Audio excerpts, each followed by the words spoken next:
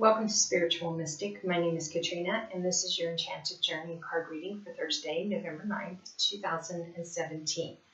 The card for today is Sad Embrace. And I'm not going to sugarcoat it. This card is about sadness. Someone out there is probably experiencing a loss.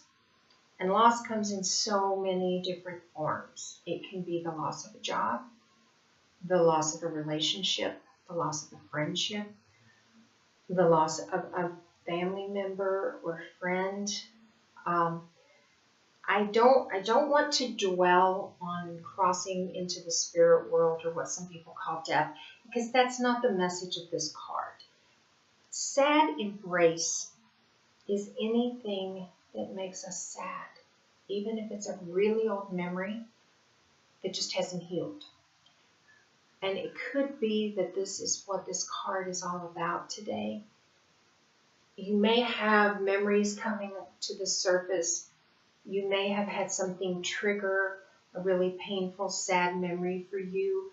There could be some old, worn out emotion that no matter how hard you try, you feel like you just can't let go of it. Well, that's what this is. When it says sad embrace, it's telling you to embrace the sadness. Embrace the grief.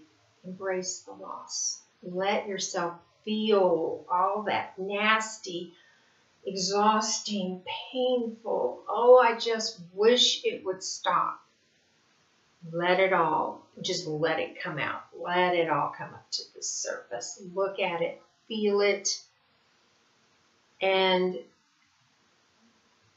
let yourself feel it as long as you need to.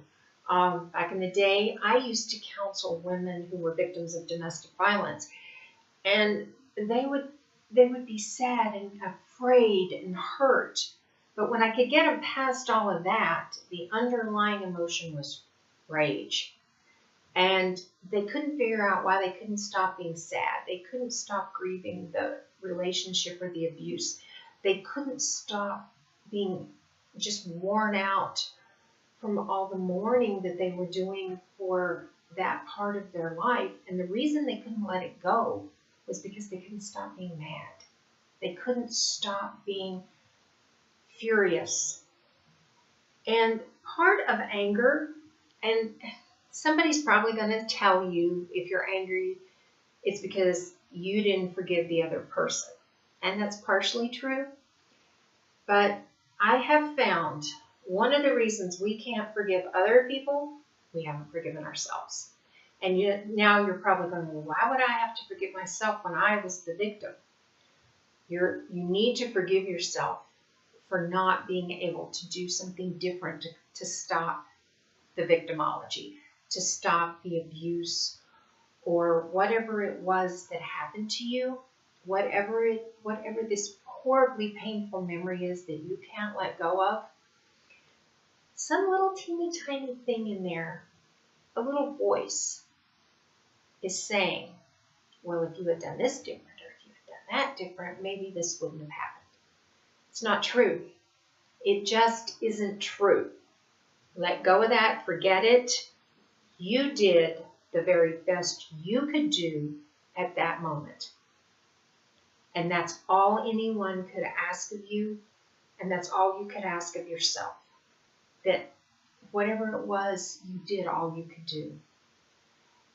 Now, forgive yourself, because we have to forgive ourselves first. We have to be able to look ourselves in the mirror and say, wow, look what you survived. Look what you went through, and you're still here, and you're bigger, and you're badder, and you're stronger than you ever were before.